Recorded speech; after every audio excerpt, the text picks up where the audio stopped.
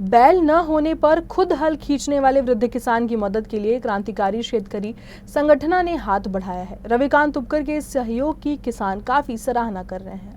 लातूर जिले के अहमदपुर तहसील के हड़ौलती गांव में रहने वाले 75 वर्षीय वृद्ध किसान अंबादास पवार की दयनीय स्थिति का वीडियो हाल ही में वायरल हुआ, जिसमें वे खुद अपने कंधों पर हल रखकर खेत जोतते दिख रहे हैं और उनकी पत्नी उनका साथ दे रही है। सरकार के दावों के बावजूद गरीब किसानों को कोई मदद नहीं मिलने पर अब क्रांतिकारी शेतकरी संगठन ने आगे आकर मिसाल कायम की है।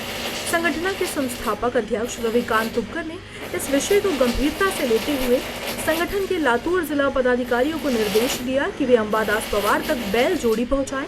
4 दिनों के भीतर कार्यकर्ताओं ने 1 लाख रुपए एकत्रित कर एक मजबूत बैल जोड़ी खरीदी और पवार दंपत्ति को दे दिया। स्वातंत्र्याच्या 75 वर्षानंतर जर वृद्ध शेतकरी बैलाच्या जागी स्वतःला ठेवून आऊत ओढतोय आणि बायको मागून आऊत हाकते, हा व्हिडिओ जेव्हा मी बघितला तेव्हा रात्रभर मला झोप लागली नाही। अहमदपूर तालुक्यातली ही घटना आहे। मी माझ्या लातूर जिल्ह्यातल्या सगळ्या पदाधिकाऱ्यांना कार्यकर्त्यांना सांगितलं की हा व्हिडिओ मनाला वेदना देणारा आहे आणि त्या कार्यकर्त्यांना सूचना मी केल्या। लातूर जिल्ह्यातल्या आमच्या क्रांतिकारी शेतकरी संघटनेच्या कार्यकर्त्यांनी बैठक घेतली, थोडी वर्गणी सगळ्यांनी जमा केली, 1 लाख रुपये वर्गणी झाली आणि मार्केटमध्ये जाऊन एक चांगली बैलजोडी आमच्या तिथल्या कार्यकर्त्यांनी विकत घेतली आणि आज वाजत गाजत त्या अंबादास पवार आणि मुक्ताबाई पवार या वृद्ध दाम्पत्याच्या शेतामध्ये ही वाजत गाजत बैलजोडी नेली आणि अवताला झोपून कासरे त्या शेतकऱ्याच्या हातामध्ये दिले। त्या शेतकऱ्याच्या चेहऱ्यावर जो आनंद होता तो आनंद खऱ्या अर्थानं त्या शेतकऱ्याला नव्यानं लाईफ वाढवणारा आहे।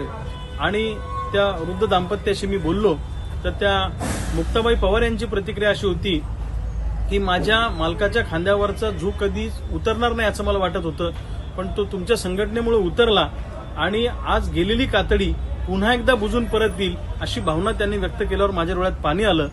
सरकार काय करताय? सरकारने फक्त वल्गना केल्या, मोठमोठ्या घोषणा केल्या, पण सरकार मदतीला धावलं नाही। कुठलं राज्य तुम्ही चालवताय? तुमच्यापेक्षा इंग्रजांचं राज्य बरं होतं अशी म्हणायची वेळ आमच्या सरकारवर आलेली आहे।